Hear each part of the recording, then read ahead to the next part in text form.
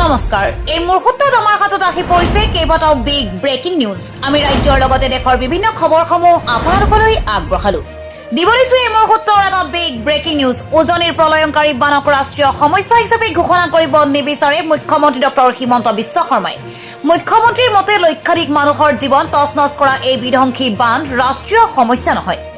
ৰাষ্ট্ৰীয় সমস্যা হিচাপে ঘোষণা কৰিলে শেষ হৈ নাযায় অসমৰ বান পৰিস্থিতি বুলি মন্তব্য কৰিছে মুখ্যমন্ত্ৰী ডক্টৰ হিমন্ত বিশ্ব শৰ্মাই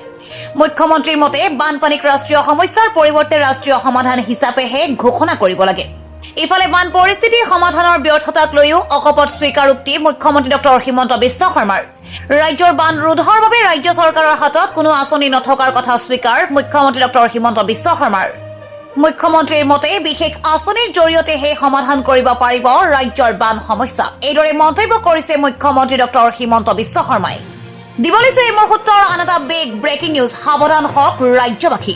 ৰাজ্যত পুনৰ ভয়াৱহ বান পৰিস্থিতি উদ্ভৱ হোৱাৰ আশংকা আজিৰে পৰা অনাগত 4টা দিনলৈ সতৰ্কবাণী জাৰি কৰা হৈছে বতৰ বিজ্ঞান কেন্দ্ৰৰ তৰফৰ পৰা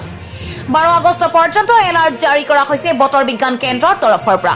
আগন্তুক 24 ঘণ্টালৈ বৰষুণ বজ্ৰপাতৰ এলাৰ্ট জাৰি কৰা হৈছে বিশেষ কাম নাথাকিলে নোলাব ঘৰৰ পৰা অতি জৰুৰী কাম নাথাকিলে ঘৰৰ পৰা নোলাবলৈ পৰামৰ্শ দিয়া হৈছে বতৰ বিজ্ঞান কেন্দ্ৰৰ তৰফৰ পৰা ৰাজ্যৰ 25খন জিলাৰ বাসিন্দাক লৈ সজাগ হৈ থকাৰ আহ্বান জনাইছে বতৰ বিজ্ঞান কেন্দ্ৰই ধুবুৰী দক্ষিণ হালমাৰা মানকাছাৰ গোৱালপাৰা কোকৰাঝাৰ বাক্সা বঙাইগাঁও বজালি তামুলপুৰ নলবাৰী কামৰূপ মেট্ৰ দৰং ওদালগুৰি মৰিগাঁও হোজাই নগাঁও কাৰ্বি আংলং গোলাঘাট শোণিতপুৰ বিশ্বনাথ লখিমপুৰ ধেমাজি যোৰহাট মাজুলী শিৱসাগৰ চৰাইদেউ ডিব্ৰুগড় তিনিচুকীয়া কাছাৰ জিলাত হাই এলাৰ্ট জাৰি কৰিছে বতৰ বিজ্ঞান কেন্দ্ৰই দিবলৈছো এই মুহূৰ্তৰ আন এটা বিগ ব্ৰেকিং নিউজ 95 জন মানুহ মৰাৰ 15 দিন পিছতো কেন্দ্ৰীয় নেতা আহিবলৈ সময় নাই নিৰ্বাচনত সপ্তাহত দুবাৰকৈ অহা প্ৰধানমন্ত্ৰী নৰেন্দ্ৰ মোদী আৰু গৃহমন্ত্ৰী অমিত শাহৰ এতিয়া খবৰ নাই প্ৰধানমন্ত্ৰী নৰেন্দ্ৰ মোদীয়ে বেলেগ ৰাজ্যত গৈ নাচনীৰ স্বাগতম ল'বলৈ সময় আছে কিন্তু অসমৰ বানৰ দুৰ্যোগৰ সময়ত এবাৰো অসমলৈ আহিবলৈ সময় নাই গুজৰাটত যে বানপানী হ'লেই নৰেন্দ্ৰ মোদীয়ে ঢপলিয়াই যায় অসমলৈ কিয় নাহে অসমৰ দুৰ্যোগৰ সময়ত কেন্দ্ৰৰ আত্মীয়তাৰ যি অভাৱ ইতিহাসে সদায় মনত ৰাখিব অসমক লৈ কেন্দ্ৰীয় নেতাৰ যি স্থিতি সেয়া অসমৰ ৰাইজে ইতিহাসে সদায় মনত ৰাখিব ৰাইজে বানাক্ৰান্তক সাহায্য নিদিলে অনাহাৰে অনিদ্ৰাৰে আৰু মানুহৰ মৃত্যু হ'লহেঁতেন বানৰ দুৰ্যোগত কেন্দ্ৰ চৰকাৰৰ স্থিতিক লৈ এইদৰে গৰজি উঠিল আসুৰ সভাপতি উৎপল শৰ্মা দিবলৈছে এই মুহূৰ্তৰ আন এটা বিগ ব্ৰেকিং নিউজ নিষিদ্ধ বিদ্ৰোহী সংগঠন সংযুক্ত মুক্তি বাহিনী আলফা স্বাধীনে এক বিবৃতিযোগে অসমৰ শেহতীয়া বান দুৰ্যোগত ক্ষতিগ্ৰস্ত অঞ্চলসমূহৰ পুনৰুদ্ধাৰৰ বাবে অইল আৰু ONGCৰ পৰা অধিক আৰ্থিক সহায় আৰু পুনৰ বাসনমূলক ব্যৱস্থা গ্ৰহণৰ দাবী জনাইছে আলফা স্বাধীনে 3টা মূল দাবী উত্থাপন কৰিছে ইয়াৰ ভিতৰত আছে অসমৰ পৰা আহৰণ কৰা তেল গেছ আৰু অন্যান্য সম্পদৰ পৰিমাণ আৰু ইয়াৰ অৰ্থনৈতিক মূল্যৰ তথ্য ৰাজহুৱা কৰা বানপীড়িত অঞ্চলসমূহৰ পুনৰুদ্ধাৰৰ বাবে প্ৰতিটো প্ৰতিষ্ঠানে 200 কোটি টকাকৈ অনুদান আগবঢ়োৱা আৰু ক্ষতিগ্ৰস্ত অঞ্চলৰ উপযুক্ত প্ৰাৰ্থীসকলক নিয়মীয়া চাকৰিৰ সুযোগ প্ৰদান কৰা ইয়াৰ লগতে অসমৰ বিভিন্ন জাতীয় আৰু সামাজিক সংগঠনসমূহক বানপীড়িত লোকসকলৰ স্বাৰ্থত একত্ৰিত হৈ পদক্ষেপ গ্ৰহণৰ আহ্বান জনোৱা হৈছে আলফা স্বাধীনে দাবী কৰে যে দশকজুৰি অসমৰ খনিজ তেল আৰু প্ৰাকৃতিক গেছৰ সম্পদ ব্যৱহাৰ কৰি অহা অইল আৰু ONGCয়ে বানপীড়িত লোকসকলৰ প্ৰতি অধিক সামাজিক দায়বদ্ধতা পালন কৰা উচিত ইয়াৰ উপৰিও আলফা স্বাধীনে কয় যে অসমৰ মানুহে কোনো দয়া বা অনুগ্ৰহ বিচৰা নাই বিচাৰিছে ন্যায্য প্ৰাপ্য অধিকাৰ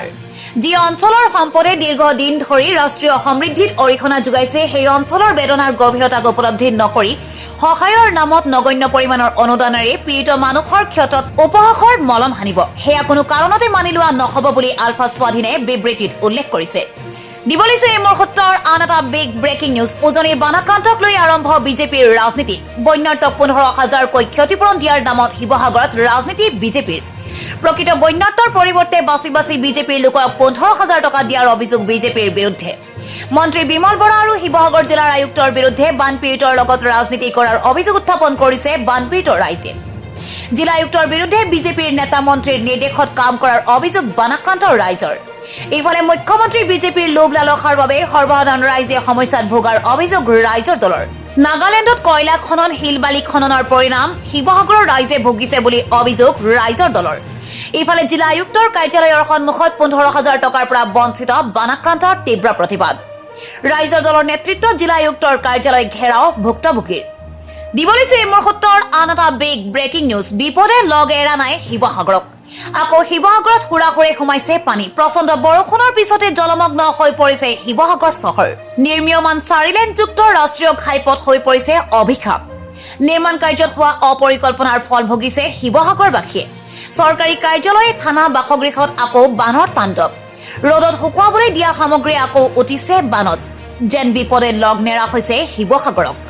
দিবলৈছে এই মুহূৰ্তৰ আন এটা বিগ ব্ৰেকিং নিউজ মংগলদৈ বিবাহ বিচ্ছেদ নোহোৱাকৈয়ে দ্বিতীয় বিবাহ কৰোৱা স্বামীৰ বিৰুদ্ধে এগৰাকী দুৰ্ভগীয়া মহিলাই মুখ্যমন্ত্ৰী ডক্টৰ হিমন্ত বিশ্ব শৰ্মাৰ ওচৰত অভিযোগ দিয়াৰ পিছতে একশ্যন মোডত মুখ্যমন্ত্ৰী ডক্টৰ হিমন্ত বিশ্ব শৰ্মা দুগৰাকী বিয়া কৰোৱা স্বামীৰ বিৰুদ্ধে মুখ্যমন্ত্ৰীৰ ওচৰত অভিযোগ দিয়াৰ পিছতে মুখ্যমন্ত্ৰী হিমন্ত বিশ্ব শৰ্মাৰ মন্তব্য তোৰ বদমাছ স্বামীৰ বিৰুদ্ধে তই কমপ্লেইন দি 2 লাঠি মাৰি তাক ধৰি আনিম দৰখাস্ত লিখি ৰেডি কৰি ৰাখ বদমাছ স্বামীক আমি মাৰিমেই ঠিকনা দিবি এইদৰে ৰাজ্যত বহু বিবাহৰ বিৰুদ্ধে পুনৰ এবাৰ একশ্যন মোডত মুখ্যমন্ত্ৰী ডক্টৰ হিমন্ত বিশ্ব শৰ্মা ৰাজহুৱাকৈ কঠোৰ ব্যৱস্থা লোৱাৰ সংকাৰ মুখ্যমন্ত্ৰী ডক্টৰ হিমন্ত বিশ্ব শৰ্মাৰ দিবলৈছে এই মুহূৰ্তৰ আন এটা বিগ ব্ৰেকিং নিউজ নগাঁও লোকসভাৰ উপ নিৰ্বাচনৰ প্ৰাৰ্থীক লৈ চৰ্চাত আছে IAS দেৱাশিষ শৰ্মা প্ৰথমবাৰলৈ মুখ খুলিলে চৰ্চাত থকা IAS দেৱাশিষ শৰ্মাই ৰাইজৰ সেৱা কৰিবলৈ সদায় মন যায় কিবা যদি সুযোগ পাওঁ নিশ্চয়কৈ বুলি মন্তব্য IAS দেৱাশিষ শৰ্মাৰ আজিৰ দিনটোত মই চৰকাৰী চাকৰিত আছো তাৰ মানে মই এগৰাকী সম্পূৰ্ণ চৰকাৰী চাকৰিয়াল বৰ্তমান মোৰ এই ৰাজনীতি সংক্ৰান্তত মন্তব্য বিধিগতভাৱে ভুল চৰকাৰী চাকৰি থকালৈকে ৰাজনীতিৰ কথা ক'ব নালাগে অৱসৰ ললে নিশ্চয়কৈ ৰাইজৰ কাম কৰিম আমাৰ কামটোৱে তেনেকুৱা সদায় ৰাইজৰ লগত থকা এইদৰে প্ৰথমবাৰলৈ মুখ খুলিলে চৰ্চাত থকা IAS দেৱাশিষ শৰ্মাই দিবলৈছে এই মুহূৰ্তৰ আন এটা বিগ ব্ৰেকিং নিউজ অসমত বান বিভীষিকাৰ মাজতে হিন্দু মুছলমানৰ সম্প্ৰীতিৰ নিদৰ্শন জাতি ধৰ্মৰ বিভেদ এৰি মানৱতাবাদক লৈ বন্যাৰ্তৰ কাষত মুছলমান 40জনীয়া এটা মুছলমান লোকৰ দলে শ্ৰমদান কৰিলে থানত কেন্দুগুৰিয়া বৰপাত্ৰ দৌল ডাঙৰীয়া থানত একে ব্যতিক্ৰমী দৃশ্য বৃহত্তৰ বেতবাৰীৰ কেন্দুগুৰি বৰপাত্ৰ দৌল আৰু পুখুৰীৰ প্ৰাংগণত শ্ৰমদান সদৌ অসম গৰীয়া জনগোষ্ঠীয় পৰিষদৰ সদস্যৰ শ্ৰমদান স্বৰ্গদেউ ৰুদ্ৰসিংহৰ মন্ত্ৰী চেংকং বৰপাত্ৰ গোসাঁয়ে নিৰ্মাণ কৰিছিল দৌল ধৰ্মৰ গোৰামী বাদ দি আমি সদায় মিলিজুলি থাকিব লাগিব এই বিপৰ্যয়ৰ সময়ত এজনে আনজনৰ পৰিপূৰক হৈ থাকিব লাগিব হিন্দু মুছলমান ভেদাভেদ কৰি একো লাভ নাই আমি সকলোকে সহায় কৰো আহক বুলি মন্তব্য কৰিছে দিবলৈছে এই মুহূৰ্তৰ আন এটা big breaking news Narendra Modi নে ৰাহুল গান্ধী যুৱ প্ৰজন্মৰ মাজত কোন জনপ্ৰিয় আহি গ'ল চি ভোটাৰৰ সমীক্ষা কক্ৰজ জনতা পাৰ্টিৰ আন্দোলনে লাভ কৰাৰ সফলতাৰ পাছতেই জেনজিক লৈ দেশজুৰি চৰ্চা চলিছে কেন্দ্ৰীয় শিক্ষামন্ত্ৰী ধৰ্মেন্দ্ৰ প্ৰধানৰ পদত্যাগৰ পাছতেই জনপ্ৰিয়তা বৃদ্ধি পাইছে CJPৰ প্ৰতিষ্ঠাপক অভিজিত দীপকেৰ আনহাতে যুৱ প্ৰজন্মক আকৰ্ষণ কৰিবলৈ প্ৰধানমন্ত্ৰী নৰেন্দ্ৰ মোদীয়েও আজিকালি ইনষ্টাগ্ৰামত প্ৰতিদিনেই শ্বেয়াৰ কৰে ভিডিঅ' ইয়াৰ মাজতে যুৱক যুৱতীসকলৰ মাজত প্ৰধানমন্ত্ৰী নৰেন্দ্ৰ মোদী ৰাহুল গান্ধী আৰু অভিজিত দীপকেৰ কোন বেছি জনপ্ৰিয় ইয়াকে লৈ এটা সমীক্ষা চলাইছিল চি ভোটাৰে যুৱক যুৱতীসকলক প্ৰশ্ন কৰিছিল যে যুৱক যুৱতীসকলৰ মাজত আটাইতকৈ জনপ্ৰিয় নেতা কোন ইয়াৰ উত্তৰত 39.8% যুৱক যুৱতীয়ে প্ৰধানমন্ত্ৰী মোদীক আটাইতকৈ জনপ্ৰিয় নেতা বুলি কয় 27.9% যুৱক যুৱতীয়ে ৰাহুল গান্ধীক আৰু 12.6% CJPৰ অভিজিত দীপকেক জনপ্ৰিয় নেতা বুলি মন্তব্য কৰে